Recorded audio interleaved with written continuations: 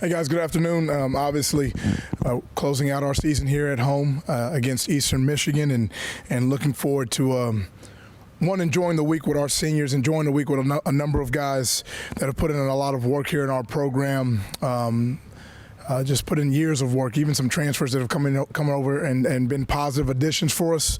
But just enjoy the time that we have with some of these older guys that we know that are in their final year of eligibility, and then continuing to find ways to get our football team better, continuing to move the needle with our younger players, and continuing to grow those guys and teach them and learn lessons. You know, we're 13-10 in back-to-back games. In the fourth quarter against Ohio, 13-10 in the fourth quarter against Miami, and looking to close the gap and find a way to finish these games. And we've had the ball in our hand in the fourth quarter, down by 3 in 2 weeks in a row, and we've come up short.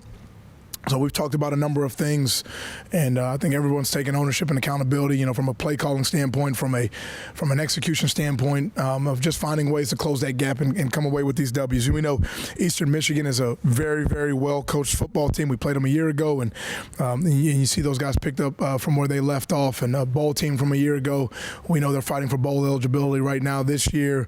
But when you watch their play throughout the season, they've been extremely competitive every single game.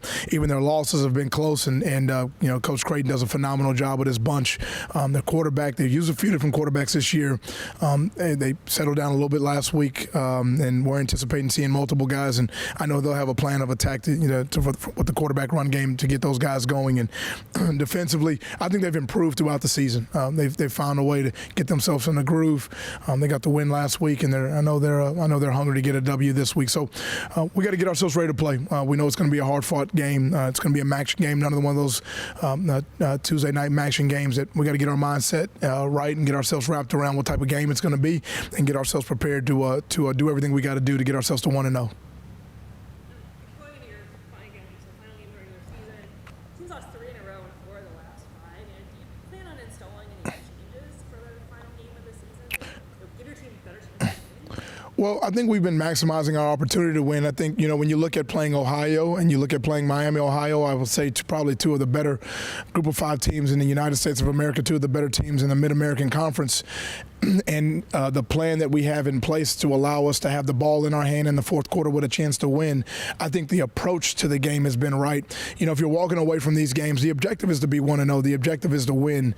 But if you're walking away from some of these games and maybe they're out of reach, and if you're walking away from some of these games and maybe the score gets away from you, you probably ask maybe a different set of questions when you're looking at games and how you close them out and how you win in the fourth quarter.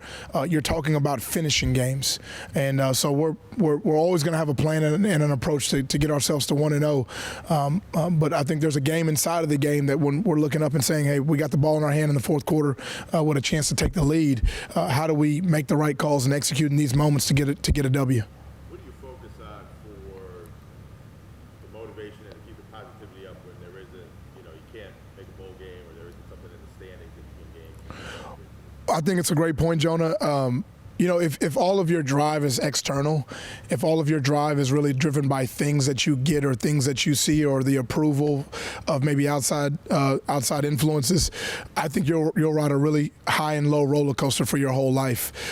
You know, I think there's something to be said about coming in, showing up, doing the work, doing what you said you were going to do that goes beyond maybe the acquisition of things. I think there's things you learn along the way.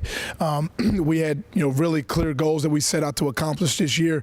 A lot of those goals that we set out to accomplish are not going to be, we're not going to be able to reach. But at the core, when you break it all down, the essence of who we are and the essence of what we do every day, it's about finding ways to improve our football team and finding ways to be 1-0 at the end of the week.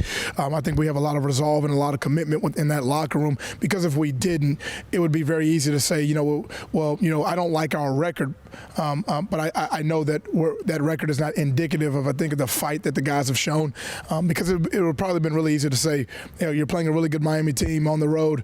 A lot of teams don't show up for those type of games. You're playing a really good Ohio team. Yeah, you want to go out there and compete, but we're in these games where we have an opportunity to win, and I think we're closer than we are further away, but the objective is to get a W, and we don't dismiss anything that is on that film. So there's fight, there's resolve, there's a lot of conviction. I think you see that in terms of how the guys play. We got to move the needle. We got to do things in the fourth quarter to finish these games. Final game of the season, what purpose is that going to serve for you, for the team, moving forward into the off season, into next season, into recruiting, into preparing for next season? Well, I think like you turn the clock back a year ago. We were able to finish the season off with a win against Akron. We were able to get ourselves into a bowl game and win that bowl game, playing well down the stretch. There's an overall number, and then there's a dash, and there's a number. You want to be on the right side of that number, but then the game inside the game is also how are you playing. So I think playing well down the stretch is a thing that we're going to look at. We have a number of younger players that have stepped up throughout the year for us that are in their first or second year playing for us. A Devin Grant, a Charles MacArthur, a Khalil Murdoch. These are all freshmen that are playing for us significant reps. That you want to teach guys how to start things and then finish things the right way. And then obviously when you can finish the season strong with this last home game, we want to send the seniors out the right way. There's something to be said about that. But at the core of it, we want to win this game and then get ourselves kicked into this next season in terms of all season and what we have to do to get better and get ourselves where we know we want to be. How much might you try to play some younger players and some newer players more in this last game, and then how do you balance that? I think, Jonah, to give the game the respect that it really deserves, we put all our energy on what do we have to do to be 1-0, and whoever that guy is that shows up, if he's on that field, it's for one purpose, and it's to be 1-0. It's because we have a trust that he's going to get out there and do the job and do it the right way. I know there's stories behind stories, but we're not into necessarily the moral victories or sentimental things. We want to make sure that we're doing the right things in the moment to be 1-0. I think the Gabe Wallaces and the Max Michels and the Ron Cooks and these older guys deserve every ounce of effort we have to make sure we do everything we can to put a great game plan together, get ourselves to 1-0, and continue to build our program. I'm sure you'll think about this in the offseason, but as you mentioned, finishing games is something that you obviously have to get your team better. How do you do that? Is there something tangible to that? Is it making the team be better, play better, or what's the approach?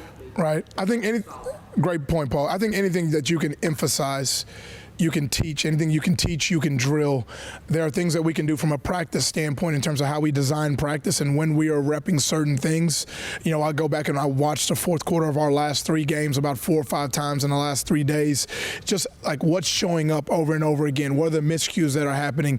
How are we going to, coach something a little bit differently, or maybe we're going to present something in practice a little bit differently and move some periods to the end. We've done that this week in terms of how we're finishing some practice periods. We fumbled the ball twice in the fourth quarter of the last 2 weeks with the ball, with an opportunity to win. And so those are things where you got to get back to fundamentals in terms of ball security and just finding a way. We've been pretty solid throughout a 4 or 5 week stretch when we were, I think, 6 points allowed in about a 5-week stretch from Central Michigan and Akron all the way through. The last 2 weeks we've allowed 10 points each in the fourth quarter alone. So what are we calling? Our execution? But I think a piece of it when you're talking about fourth quarter finishing, like those 15 plays that happened in the fourth quarter, it's about everybody doing their job. We got to call the right plays. We got to call the right things, and then guys got to execute. And then there's just got to be an ownership just to do your job and not make it maybe bigger than what it is, but not make it less than what it is either. There were very minimal explosive plays against Miami, Ohio, up to 61 plays. Even though you're going into the last game of the season, how do you up the production or execution of those more explosive plays? I think it's a great point, Rachel. I think big plays do win games. Big plays do help flip the field. You got to find ways to create big plays. We called a fake punt right there at the 50-yard line there. That was a way for us to really, in essence, get a takeaway and a big play off of that. It flips and changes field position. Obviously, we want to generate some of those big plays with our offense. We had a big play at the end of the game. We got to protect the ball. And, that's a touchdown for us. It's an 80-yard play for us right there. Our run game was efficient by and large, but we got to find ways to continue to churn out these yards. Sometimes rushing yards is not necessarily about the it's about the mindset and the number of attempts as much as it is about maybe just the total yardage. Can you stick to it? Can you churn out some of these yards and then get ourselves into favorable third down positions where we can continue to move the sticks? But we're 100% looking at everything in terms of how we're creating these big plays on first and second down. How can we push the ball down the field? But by and large, we got to take care of the ball. We got to play really great defense, and we got to play sound in the kicking game. And we feel like there's always going to be a path to win games in our league that way. What's contributed? Your passing game was averaging something like 250 yards a game in the first four, something like that. Yep. It's slid down. Right. You're really not passing the ball nearly as much. Kind of what led to that change? You know, Jonah, our yards were up. There were also some critical turnovers that were happening as well. So you kind of got to balance it out. You know, you can look at maybe any one individual stat at times and it can tell you a story. It can tell you a picture that maybe is not always accurate of the depiction of what's actually going on inside the game. You know, you look at against Liberty, we were down a lot and sometimes a lot. And when you're looking to come back in a game, the high volume of pass sometimes goes up where it's outside of the normal sequence of the game and how the normal way you would operate would occur.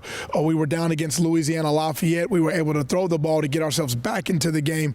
But again, these are two games that are maybe small subsets that could add to the total yardage of pass yards that don't give you a real depiction of what kind of happened inside of the game where, you know, these are two games where we were down looking to get ourselves back in the game where now we're having to push the ball down the field a little bit more.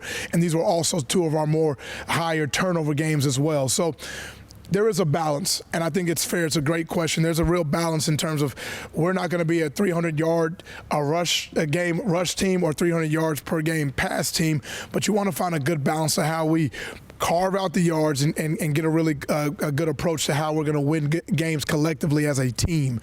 You know, we play team ball, and how are we going to win these games as a team collectively? We're closer. I don't think we're in the sweet spot yet, but we were closer in the last 2 weeks when you're saying, hey, listen, there are one-score games in the fourth quarter with the ball in your hand. The way that you're looking at your opponent to make that true is accurate if you have an opportunity to win in the fourth quarter. Eastern Michigan, they're looking for bowl eligibility as well. They're looking for that sixth win. How is your team embracing the opportunity to possibly spoil this?